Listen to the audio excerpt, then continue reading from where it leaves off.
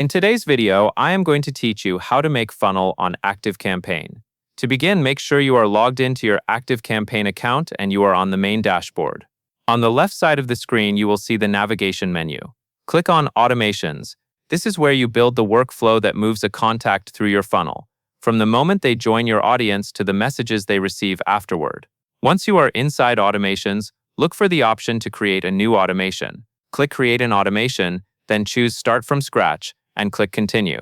Starting from scratch is a good option when you want full control, because you decide the trigger and every action that follows, without using a pre-built template.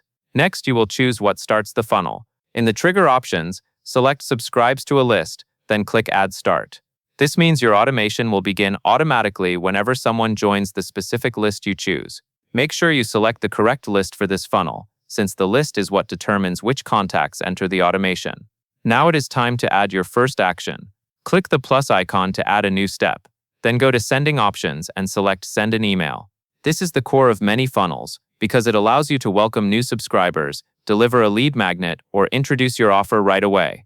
When prompted, click Create an Email and give the email a clear name. Use a name that helps you recognize it later, especially if you build multiple funnels. A simple descriptive label is best, such as a welcome email or a first follow-up. After you name it, you can proceed to design and write the email content in the editor. After the email step is in place, click the plus icon again to add spacing between messages. Select Conditions and Workflow, choose Wait, and set a duration. This wait time creates breathing room, so contacts are not overwhelmed and your messages feel timed and intentional. Pick a duration that matches your communication style and your goal for the funnel. Finally, when you are ready to let contacts start flowing through, go to the top right and toggle the switch to active. Once it is active, new subscribers to that list will enter the automation and follow the steps you set. That covers everything you need to know.